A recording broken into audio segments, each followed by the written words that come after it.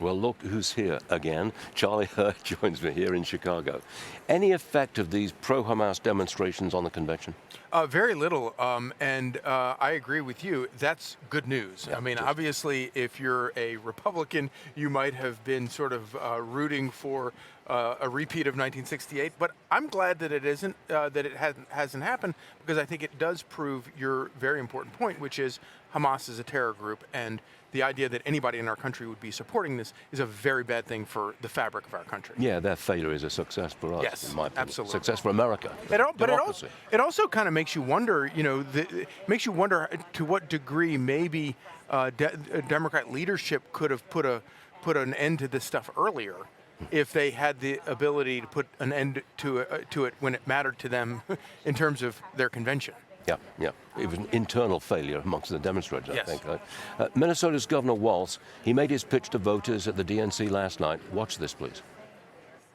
It's an agenda nobody asked for.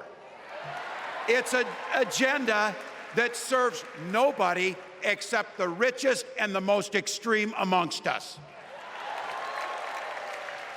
And it's an agenda that does nothing for our neighbors in need. Is it weird? Absolutely. But it's also wrong. And it's dangerous. We're going to leave it on the field.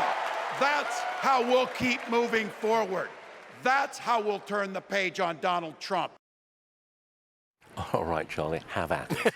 So talk about an agenda that nobody asked for. The past 4 years has been an agenda nobody asked for. And that is the real problem. It was a fine speech last night. Perfectly unmemorable. I don't think that, come Friday, anybody's going to remember that.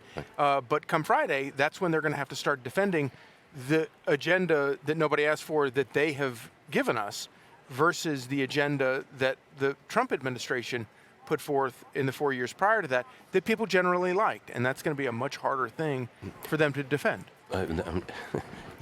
I'd love to see them defend that. Yes, I really exactly. would. I want to see the pivot, and I can't imagine how they're going to pivot. Yeah, there's no pivoting from that. Just No. deny it and ignore it. Yeah. That's what Which is, quite frankly, which is what she's trying to do right now, is just trying to pretend like it didn't even exist. Right. Now, Nancy Pelosi, she admitted her role in ousting Biden from the 2024 race, but she insists Democrats are the ones who care about democracy. Stop laughing. Watch this. January 6th was a perilous moment for our democracy. Never before had a president of the United States so brazenly assaulted the bedrock of our democracy, so gleefully embraced political violence, so willfully betrayed his oath of office.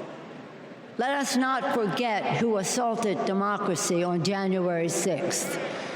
He did, but let us not forget who saved democracy that day. We did. Yeah, well, wait a minute. She conducted a coup against the sitting president. Well, how's that for democracy? A bloodless coup. Right. As a lifelong observer of politics, I can't help but admire her. She is an extraordinary figure. And the fact that she can go out literally weeks after pulling off this bloodless coup and shamelessly stand up and start talking about January 6th again is truly marvelous. The problem for her, of course, is the whole January 6th theme is not taking purchase with people who are struggling with, economics. No, it's not getting a hold of the voter. It doesn't seem to be anyway. No, and I don't think it will in the next. And they've spent so much time trying that I think that people have become sort of inured to it, and it really does. People quickly get back to things like the border and their pocketbook. You got it.